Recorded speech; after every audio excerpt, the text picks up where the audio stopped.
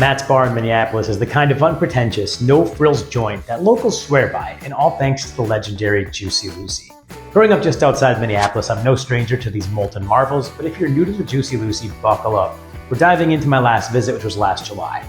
Matt's Bar and Grill is a Minneapolis institution. Since 1954, Matt's Bar has been a staple in South Minneapolis. It all started with founder Matt Bristol and a creative customer who asked for 2 hamburger patties with cheese in the middle. One bite into that hot, cheesy delight, and the customer declared, "That's one Jucy Lucy." The name stuck, but somewhere along the line they forgot the I, and Jucy Lucy, spelled J-U-C-Y, was born. Now the Jucy Lucy, don't accept any limitations and imitations when you get this one. If you see Jucy Lucy spelled with juicy correctly on a menu, keep going. The real spelling is J-U-C-Y. And it's mouthful of cheese, stuffed perfection that people travel across the world to experience. I had my first Jucy Lucy over 30 years ago, and I make it a point to visit Matt's every time I go back to Minneapolis to visit family. Now, Matt's has a simple menu with big flavors. Matt's Bar keeps it very straightforward. The menu on the wall lists everything they serve, and the beverage selection includes the pop, Minnesota's favorite liquid, beer. Get me another beer, Dragon Lady.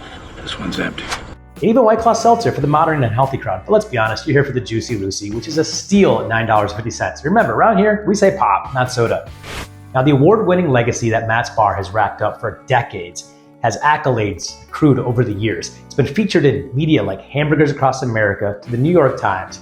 And if you're a fan of the Travel Channel, you've probably seen Matt's on Man vs. Food and even Food Wars. Spoiler alert, Matt's won the title of Best Jucy Lucy in Minneapolis, which isn't news to us Minnesotans. We've known that all along. Matt's Bar even caught the attention of diners, drive-ins, and dives back in March of 2009. Walking into Matt's feels like stepping back in time, with decor that probably hasn't changed much since they opened. And let's hope it stays that way. It's all part of the charm. Now, the elusive Jucy Lucy recipe. When you're trying to recreate this at home, it's not an easy feat. Now, it's just simply cheese inside of a burger patty, right? Wrong. There's something magical about the way Matt's version is, and it's very tough to replicate. I've tried, and trust me, it's best left to the pros.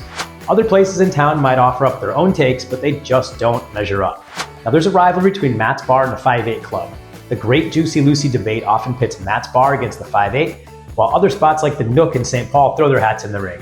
It's really between Matt's and the 5-8 Club, though. Serious Eats did a deep dive, and spoiler alert, Matt's came out on top again, and they said it wasn't even close. So there you have it, folks, a little bit of Minneapolis nostalgia. Matt's Bar is not just a place to grab a great burger, it's a Minneapolis landmark where the history is rich as its famous Jucy Lucy. If you haven't been, add it to your Minneapolis and Minnesota must-visit list. You will not be disappointed. Please like and subscribe. I'll catch you in the next video.